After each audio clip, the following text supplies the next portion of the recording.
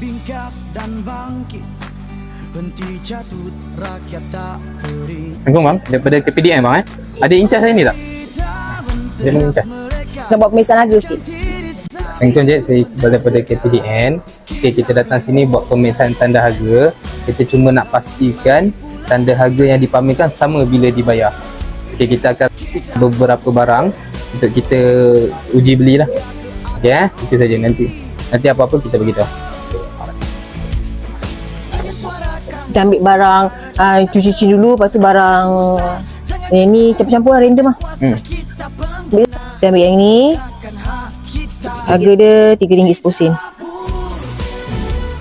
RM11.90 sen. RM11.90 sen. RM11.90 sen, nombor kod dia. Ni yang selalu beli kot pelayar ni. 15.5.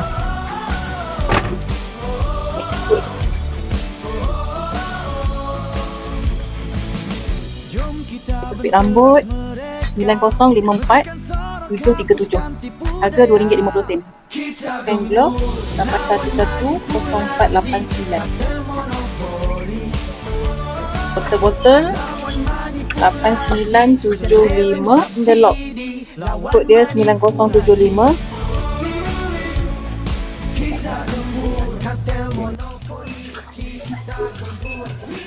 RM3.10 sen, okey. Plastik besar ni.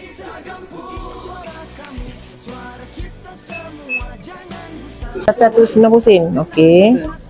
Yang kedua, tadi yang mana tu? Yang sabun tu tak? RM15.5, okey. Lepas tu sabun.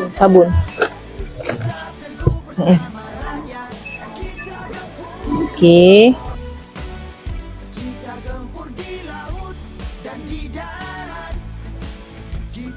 Yang 17.9 tadi? Rambut tu, macam tengok tadi. 17.9, okey. Last kali penyepit ni.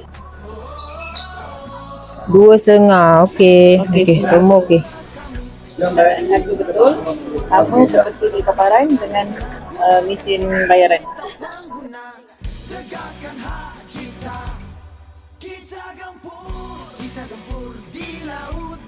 Hasil pemeriksaan kita, semua tanda harga okey. Benda yang dipamerkan sama dengan apabila sampai di kaunter lah untuk buat pembayaran. Cuma selepas ini pastikan semua samalah, sentiasa update. Barang baru sampai pun sentiasa letak tanda harga.